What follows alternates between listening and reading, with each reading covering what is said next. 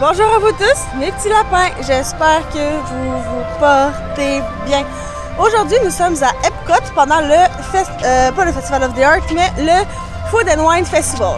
Bon, malheureusement, je vais pas pouvoir faire comme le Festival of the Art, goûter absolument à tout ce qui se passe dans tous les kiosques, mais on a décidé de relever un défi, c'est de manger au moins un item dans chaque kiosque, parce qu'il y a plus de 40 kiosques. Puis la dernière fois, avec les 17, on a été juste avec nos 3 jours, fait que... Bon, je sais, vous pouvez remarquer, j'ai pas le même outfit que lorsque j'ai fait mon intro.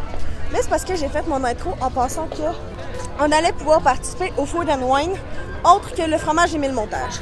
Finalement, on a pas mal juste fait le fromage et le montage. Et comme j'ai prévu une vidéo uniquement sur cette activité, eh bien, je mettrai pas les kiosques ni ce qu'on a mangé ici. Donc, je vais quand même garder l'intro. Je vais pas le refaire. Puis, on va faire la suite aujourd'hui, qui est notre deuxième journée à Epcot.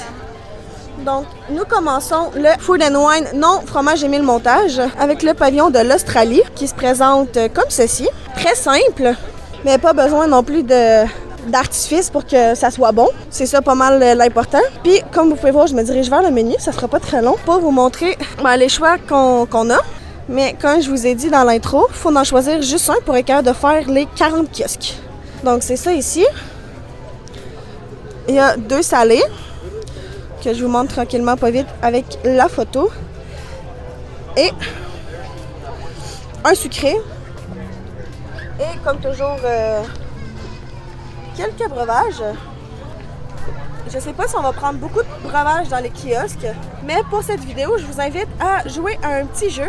Et je compte sur vous pour ne pas tricher. Vu qu'on prend seulement un item dans chaque kiosque, j'ai envie que vous essayiez de deviner c'est lequel des items qu'on a choisi de manger dans chaque kiosque. Au pire, prenez-vous des notes puis marquez-les en commentaire à la fin. Bon, on va commencer avec le premier. L'item qu'on a choisi pour le premier kiosque, vous avez déjà marqué en commentaire lequel que vous pensiez. Ceux qui ont marqué les crevettes, vous aviez raison. Parce que l'autre, lui ici, dans le fond, on l'a déjà choisi. Donc, on a voulu faire changement pour ce voyage-ci. Donc, on a pris les crevettes. Donc, on va s'installer à quelque part, puis je vais vous dire qu'est-ce que j'en pense. Et voilà de plus proche la brochette de crevettes grillées épicées avec légumes aigre doux et sauce chili à la noix de coco. Le tout pour un prix de 7 $. Bon, on y va pour goûter.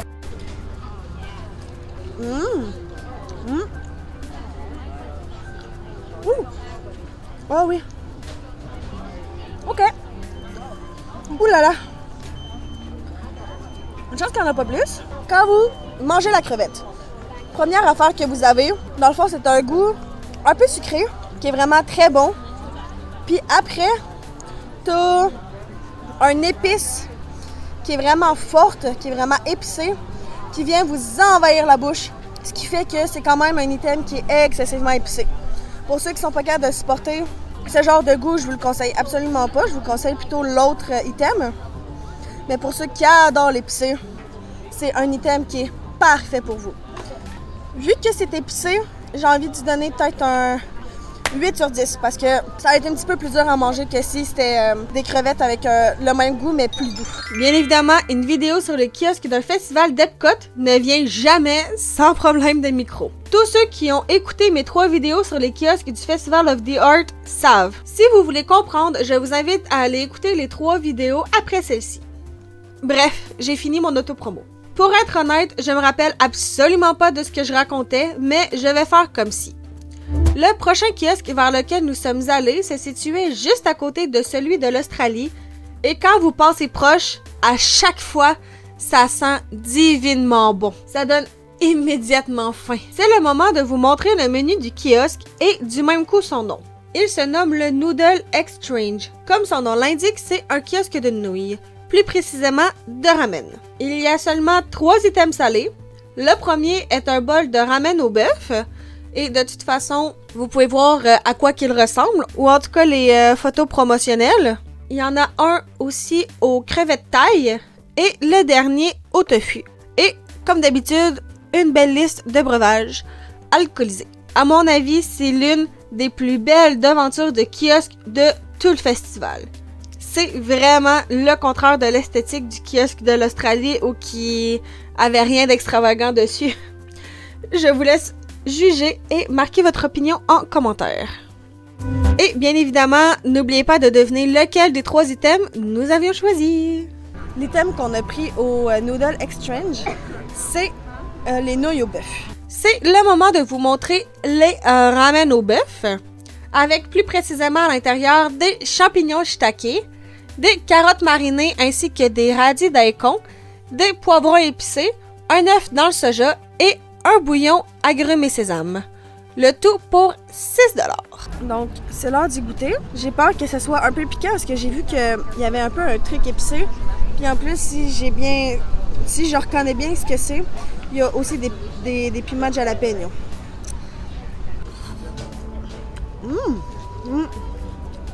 Les nouilles sont vraiment excellentes. Finalement, c'est pas du tout épicé, à moins que ce soit le bouillon. Le bœuf, il est juste parfait. J'ai absolument rien à dire. Ouais, c'est le bouillon qui est épicé. Avec, à vous de voir, ceux aux crevettes sont pas épicés, mais c'est une sauce, c'est un bouillon curry coco. Bien évidemment, c'est toujours à vous de décider, hein? C'est vous qui mangez. Mais à lui, je vous dirais que je donne facilement un 9 sur 10. C'est pas non plus extraordinaire, mais ça vaut largement un 9 sur 10. J'ai filmé la devanture de ce kiosque en même temps que celle du Noodle Exchange, parce qu'encore une fois, les 2 kiosques étaient juste à côté.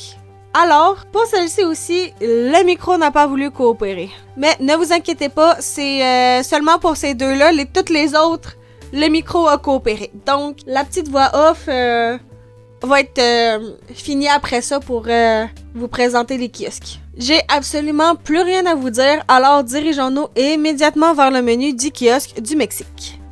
Il y a, comme d'habitude, 2 items salés et un item sucré, ou en tout cas pour 95% des cas. Et bien évidemment, il y a aussi une liste de breuvages, que ce soit alcoolisé ou pas d'ailleurs. Et maintenant, la devanture de ce kiosque, qui est, j'ai l'impression, présent à absolument tous les différents festivals qui se succèdent durant l'année. C'est uniquement le nom qui change à chaque fois dans le fond. Ouais, parce que pour le Festival of the Art, je m'en rappelle plus c'était quoi le nom, mais je me rappelle c'est exactement à la même place qu'on est allé, mais c'était pas marqué Mexique. Je vous présente, et désolé pour mon accent, le Flauta de Barbacoa. Dans le fond, pour être plus précise et en français, ce sont des tortillas frites remplies de bœuf barbacoa, d'où le nom, garnies de salsa verde, de crème mexicaine et de fromage blanc. C'est un item qui est nouveau de cette année d'ailleurs et il coûtait 8$. Donc on va y goûter.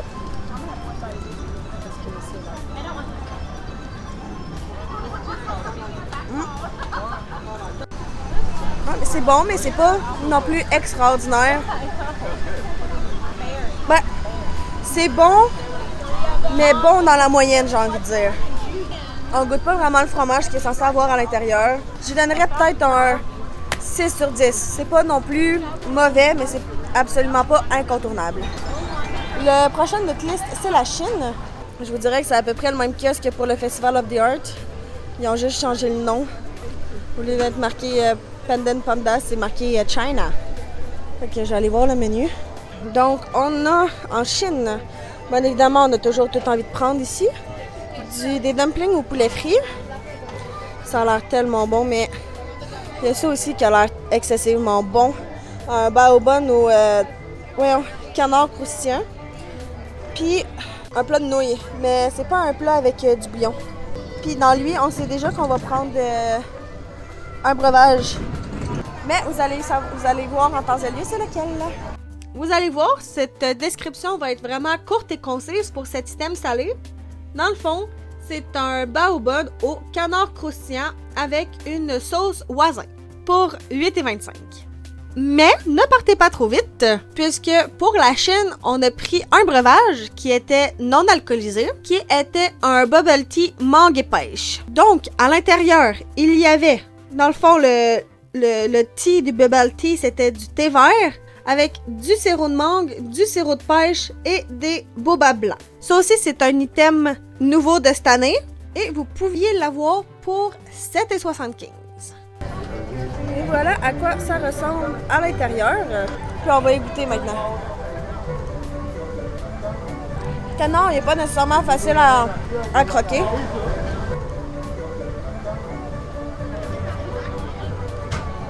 Ouh!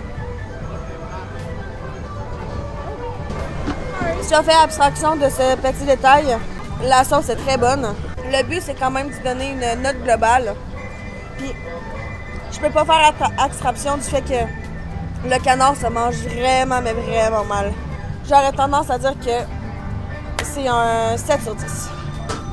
Tandis que le breuvage, dans le fond, on a pris le Bubble Tea mangue et pêche. Et lui, c'est comme un thé un peu pétillant. Il est tellement bon, je pense que je pourrais en boire des litres et des litres et je pourrais même pas m'en tanner. Le seul défaut que j'aurais tendance à dire, c'est que les Bubble Tea, dans le fond, c'est pas des... comment je pourrais appeler ça? Des billes avec une saveur qui explose à l'intérieur. C'est des billes en genre de gélatine qui goûtent pas grand-chose. Ouais, dans le fond, c'est des billes de tapioca, pas de gélatine, je suis désolée. C'est pas quelque chose qui rend l'item complètement désagréable à boire. Donc, j'ai quand même envie d'y donner facilement un 10 sur 10 parce qu'il est vraiment extraordinairement bon. Après, la Chine, c'est autour de l'Inde. Il y a le petit Émile qui se cache là et le pavillon de l'Inde. Il est quand même beau, je trouve, le pavillon de l'Inde. Il fait concept un peu. Puis, c'est le temps d'aller voir le menu qui est juste là. Pour l'instant, on voit le fromage, j'ai mis le montage. Mais si je m'en vais de l'autre côté, probablement que ça va être le menu du kiosque. Le premier item ici, c'est un item végétarien. On est capable de savoir avec la petite feuille qui est là. Il ressemble à ça. Le deuxième item, il ressemble à ça ici. C'est un poulet masala. Puis après ça, dans le fond, il y a juste deux items parce qu'après ça, c'est des bouteilles de la marque Cork Sailor avec le nom du kiosque. Je sais pas si on peut le voir, par exemple. Moi, je vois très mal à partir de ma caméra. Puis après... c'est encore des breuvages. On va attendre de recevoir tout ça et ça va être parti pour la dégustation. C'est le temps de faire une pause de la viande avec les samosas de pommes de terre et de pois avec une crème à la coriandre et au citron vert. Et cet item végétarien, voire vegan, j'ai l'impression, était au prix de 5,50. Et pour le breuvage, parce que lui aussi, nous avions pris un breuvage non alcoolisé, ça s'appelait Mangolassi. Mais j'ai pas plus de description, fait que je peux pas vous dire c'est quoi, pour un total de 5$. Vous l'entendez probablement, fait que j'espère qu'on m'entend, mais ils vendent vraiment beaucoup, le vent s'est levé one shot. Fait qu'on va espérer que pour le son, tout est beau. Pour ce que nous avons pris au pavillon de l'Inde, ce sont les samosas végétariens. C'est bon, mais vraiment épicé ça aussi. Ouh! Ok, après une bouchée, là, je suis plus capable, c'est trop épicé. Mais ça reste que ça goûte vraiment ce que la nourriture indienne doit goûter. C'est pas nécessairement ce que je préfère manger. Fait que je sais pas si je suis complètement objective ou pas. Même si c'est relativement bon, honnêtement, je pense que je donnerais un 5 sur 10, pas plus. C'est ça, c'est pas mauvais, mais c'est pas vraiment mon style de nourriture. On a pris, avec les samosas, un breuvage non alcoolisé. Ça ressemble un peu à une slush à la mangue avec des morceaux de mangue à l'intérieur. C'est vraiment crémeux. En fait, on dirait de la crème glacée à l'ananas, fondue, puis mis dans un verre. Avec le breuvage, honnêtement, il sauve un peu le game. Il sauve le kiosque. J'y donnerais facilement un 8-9 sur 10. C'est pas non plus un gros wow, mais je donnerais 8 ou 9 sur 10 facilement. Prochaine étape de notre périple autour du monde, c'est l'Afrique. Par contre, le kiosque s'appelle pas Africa, mais Refreshment Port. Excusez-moi, le Refreshment Outpost. L'autre, lui que je viens de prononcer, c'est lui du Canada. Je vous présente le menu. Il y a ça ici, un genre de hot dog à la saucisse végétarienne. Tout a l'air excellent dans ce kiosque-là. Le deuxième, ça ressemble aussi à... Ben, je peux pas appeler ça un hot dog, mais une genre de... Quoi, guédille? En tout cas, c'est pas dans notre pays, fait que je pense pas que je peux nommer ça d'une façon que nous autres, on connaît. Mais c'est ça ici. Ben, il y a l'air d'avoir une saucisse aussi dedans. En tout cas, si c'est ce qu'on prend, on va voir ça. Et après ça, on a un troisième item qui est un gâteau. La Marula, si je me souviens bien, c'est quoi? C'est une liqueur à l'amande. Je suis pas assez calée en alcool pour être capable de vous le dire officiellement. Si vous êtes calé, n'hésitez pas à me corriger en commentaire si c'est pas ça. Donc, je vous présente le menu un peu au complet, avec comme toujours des breuvages. Mais dans celui-là, il y a juste des breuvages avec alcool. Ouh, c'est une première pour cette vidéo. C'est l'heure d'un item sucré avec le dôme de mousse au chocolat et Amarula avec chocolat blanc, qui est un item aussi nouveau de cette année, je vais vous le préciser à chaque fois, pour un total de 6,25 $. Pour le kiosque de l'Afrique, nous avons choisi le dessert. De toute façon, comme vous avez pu le remarquer, c'est un dessert qui est vraiment très bon. Je pense que c'est ça qui nous interpellait le plus dans le menu et effectivement, il nous a pas déçus. C'est pas un dessert qui est excessivement sucré, il tombe pas sur le cœur. Par contre, il goûte pas beaucoup la Marula, je trouve qu'il goûte beaucoup de chocolat. Le chocolat prend beaucoup plus de place dans la bouche. Et pour tous ceux qui connaissent, dans l'hôtel le Animal Kingdom Lodge, il y a un restaurant buffet qui se nomme le Boma. Et ce dessert-là, c'est une version à peu près 2 fois, voire 3 fois plus grosse que le dessert qui se nomme le Zebra Dome dans le restaurant que je viens de vous parler. Donc, la prochaine fois que vous y allez, n'hésitez pas à prendre ce dessert pour y goûter parce que il en vaut vraiment la peine. Honnêtement, c'est facilement un 9 sur 10. Comme vous pouvez le voir, la prochaine destination après l'Afrique, c'est l'Italie. La botte de l'Europe. Et voilà. Je te dirais que l'Italie, je pense qu'il l'a à tous les festivals, mais il change de nom à chaque fois. De toute façon, si vous avez regardé mes vidéos du Festival of the Art, vous l'avez certainement vu parce que je vous l'ai présenté. Qu'est-ce qu'il y a au pavillon de l'Italie pendant le mois de janvier, février. Et voilà ce qu'il y a pendant quasiment mi-janvier à début novembre, je pense. Et voilà, des nachos style italien. Après, c'est dur à dire. Je pense que c'est des boulettes de viande. Ah oui, regardez, c'est marqué, c'est des boulettes de viande. Et c'est un dessert qui est un... Il là là, je cherche mes mots. Voyons, un gâteau au fromage à la vanille. Puis, il n'y a que des breuvages avec alcool dans ce kiosque-là. Donc, j'espère que vous participez au petit jeu que je vous ai proposé en début de vidéo. Si c'est le cas, je me demande combien vous avez de bonnes réponses. Donc là, comme vous pouvez remarquer, je suis en train de marcher et je vous ai toujours pas montré qu'est-ce que nous avons pris au pavillon de l'Italie. Pas au pavillon, mais au kiosque de l'Italie. C'est très simple. C'est uniquement parce que notre prochaine destination de kiosque / pays, eh bien, ils ont des tables à pique-nique. Donc, on peut s'asseoir. Puis en plus, c'est couvert parce qu'aujourd'hui, il fait excessivement chaud. Fait que comme on a juste un item, on va en profiter pour aller s'asseoir à l'ombre. C'est ma mère qui a commandé. Puis moi, je suis en route pour aller réserver la table. Ceci est pour moi un incontournable à partir de maintenant. J'espère qu'il l'aura à chaque année, puisque c'est un item qui est nouveau de cette année, qui est un nachos, entre guillemets, à l'italienne. Pour la description, ça dit que c'est un ragoût de bœuf maison, chip de pâte. Dans le fond, c'est... vous allez voir ça après quand je vais goûter. Sauce tomate et ricotta séchée. Le tout pour 9,25 $. Donc, dans le fond, pour l'Italie, ce sont des tortellini frits avec à l'intérieur, au milieu, une sauce à spaghetti avec du fromage par-dessus. C'est ce qui nous faisait vraiment le plus d'œil dans le menu. Donc, bien évidemment, c'est ça qu'on a pris. C'est, ma foi, un des trucs les plus délicieux qu'on a mangé à date dans les kiosques. Ah oui. C'est, mais, tellement bon, là.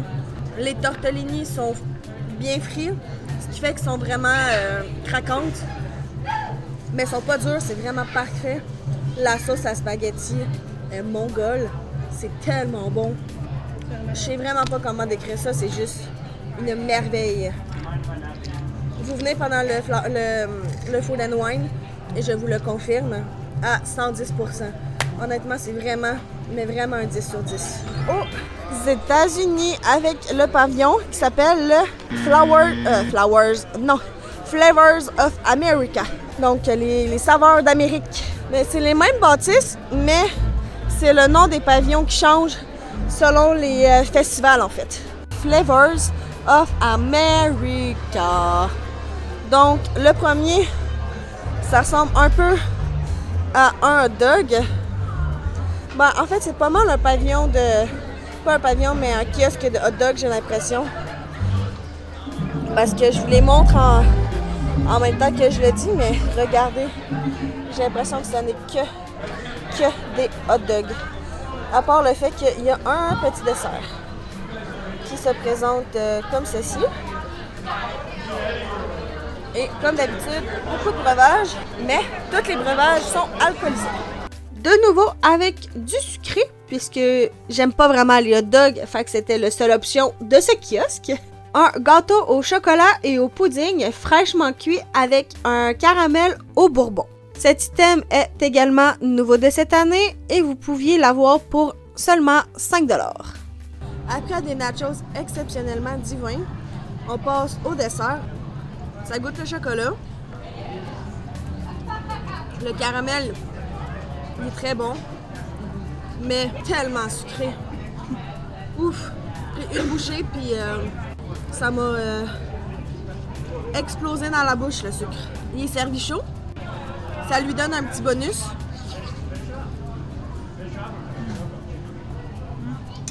Juste à cause du fait qu'il est beaucoup trop sucré à mon goût, j'ai envie d'y donner un 7 ou 8 sur 10. Le fait qu'il est trop sucré, pour moi, il perd un point, ça c'est sûr et certain. Ça n'a peut-être pas beaucoup de sauce, mais après l'Amérique, on retourne en Asie, vraiment très très loin pour aller au Japon. Et voilà, c'est le Japan. Le Japan du Food and Wine. Vous voyez, je peux pas vous mentir. C'est même précisé. Fait que là, on va aller voir le menu ensemble. On a des bonnes au poulet teriyaki.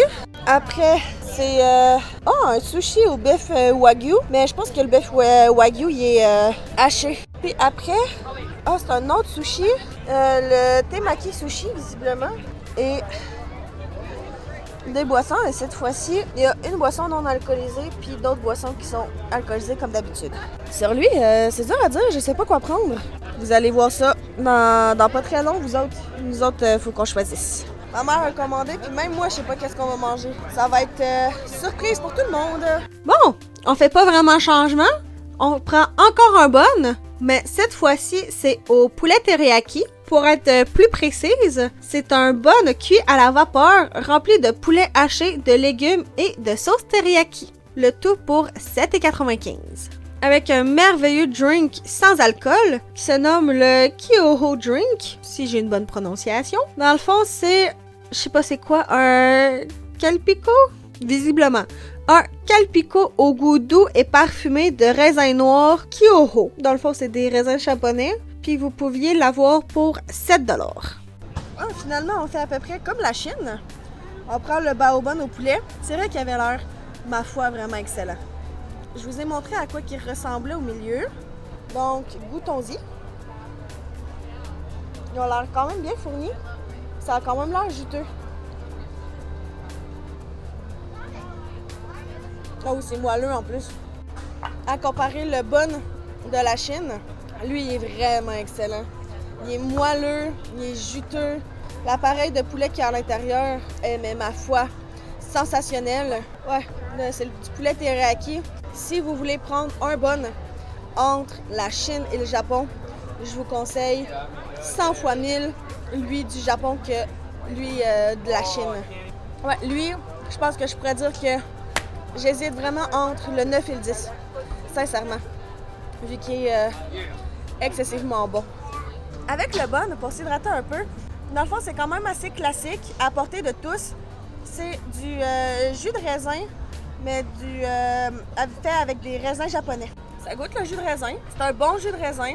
Il y a peut-être un truc un petit peu plus particulier que ce qu'on a chez nous, mais c'est quand même assez similaire, je trouve. Vu que le goût ressemble vraiment beaucoup à ce qu'on a chez nous, j'aurais tendance à dire que c'est un 6 ou 7 sur 10. Parce que même si c'est classique, c'est quand même un très très bon jus.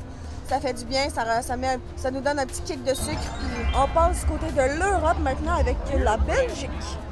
Et oui, toutes les personnes qui habitent en Belgique, vous avez votre propre kiosque pendant le Food and Wine. J'espère que vous êtes heureux. Regardez-moi ça. En plus, c'est quand même beau. Je vais aller vous montrer le menu, ça sera pas très long. C'est juste, comme vous pouvez voir, ben il est vraiment loin de moi. Et voilà, la Belgique, le kiosque de la Belgique. Peut-être trop zoomé un peu. Je sais pas, hein? C'est là les caisses. Et la Belgique, voilà. Comment vous trouvez votre kiosque? Moi, je le trouve quand même beau, votre kiosque. Il a l'air de valoir la peine en plus. Puis on va aller voir ça dans pas long. Regardez. Je vous mens pas. Belgique. Il a été introduit en 2010. Ça fait pas si longtemps que ça. Et voilà ce qu'on peut prendre. Dans le fond, il y a 2 trucs salés. Ici avec le bœuf braisé à la bière, servi avec des patates pilées et bien évidemment des gaufres. Vous allez voir, la première est au chocolat et la deuxième est au baie.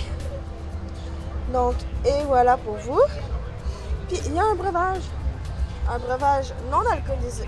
Ouais, un breuvage non alcoolisé et comme toujours, full breuvage alcoolisé. Je vais vous dépêcher à le montrer parce que il est tout en train de... La crème fouettée est en train de fondre. J'ai trop attendu avant de vous le montrer. Fait qu'on a pris un classique, la gaufre au chocolat. Voilà. Ouais, je suis désolée, c'est pas... C'était tout beau avant, c'était tout comme ça. On va dire que c'est comme ça, ok guys? Voilà, et bien là, la gaufre au chocolat. Le prochain item, c'est un item sucré, encore une fois. Ah! C'est le 3e item sucré de la vidéo. Et le dernier, ou pas, à vous de voir. Dans le fond, c'est une gaufre belge avec ganache au chocolat. Et le chocolat, il est chaud. Parce que dire une ganache au chocolat chaud, ça fait bizarre. Pour 5,50 $, mais il y avait également un café glacé belge. Mais j'ai l'impression qu'il devrait rajouter un café glacé au chocolat belge. Ce breuvage pour 5 $. La seule chose, c'est que c'est pas facile à couper. Fait que c'est parti.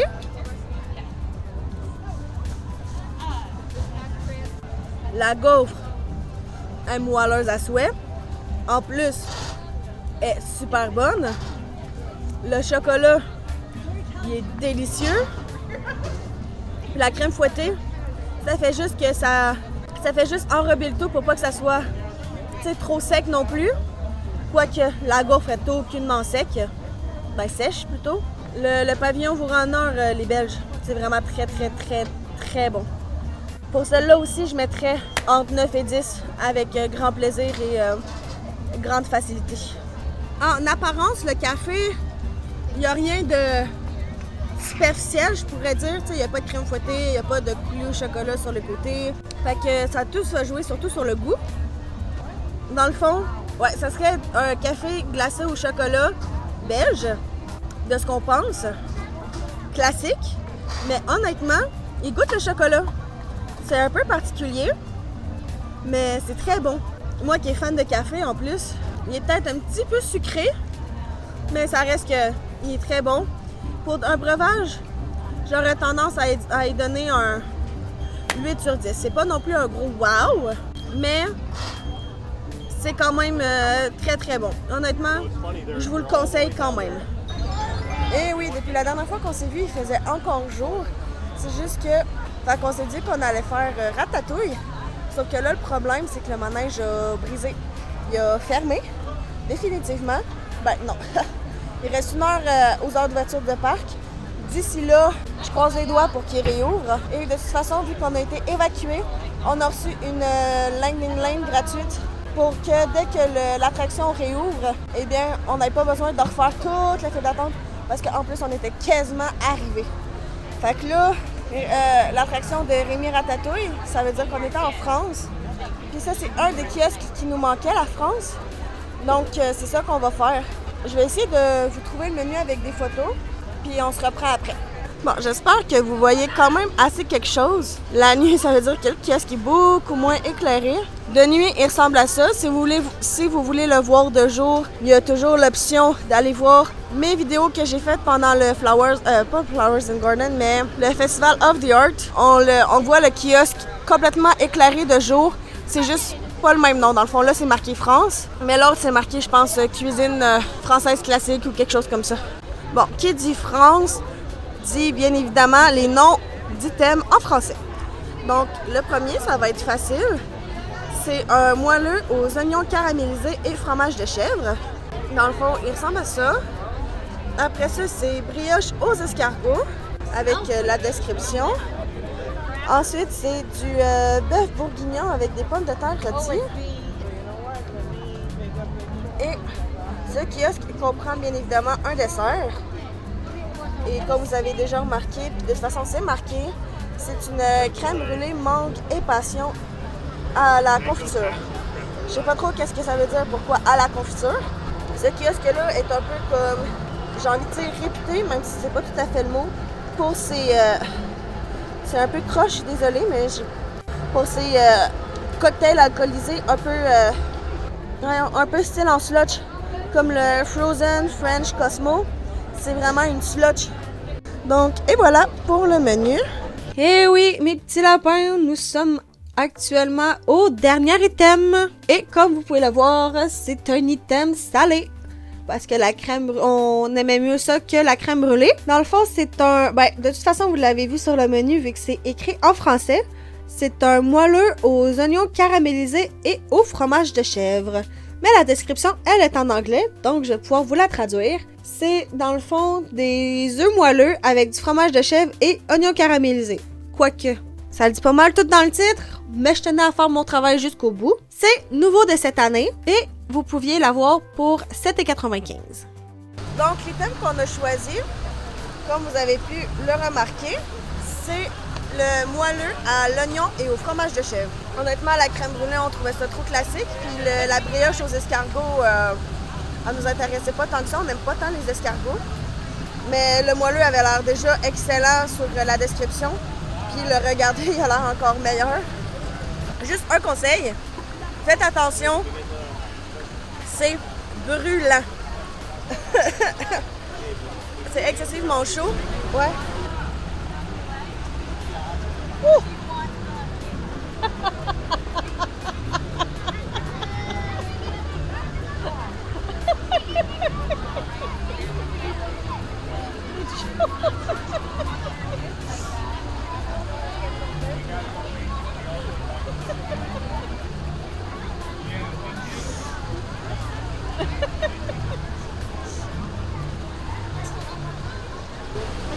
Ça goûte le fromage de chèvre sans que le goût prenne vraiment toute la place. Honnêtement, c'est quand même bien équilibré. C'est vraiment étonnant. Je pensais que ça allait goûter juste le fromage à la crème. Mais non, on goûte tout pour le kiosque de la France, honnêtement. Je le conseille.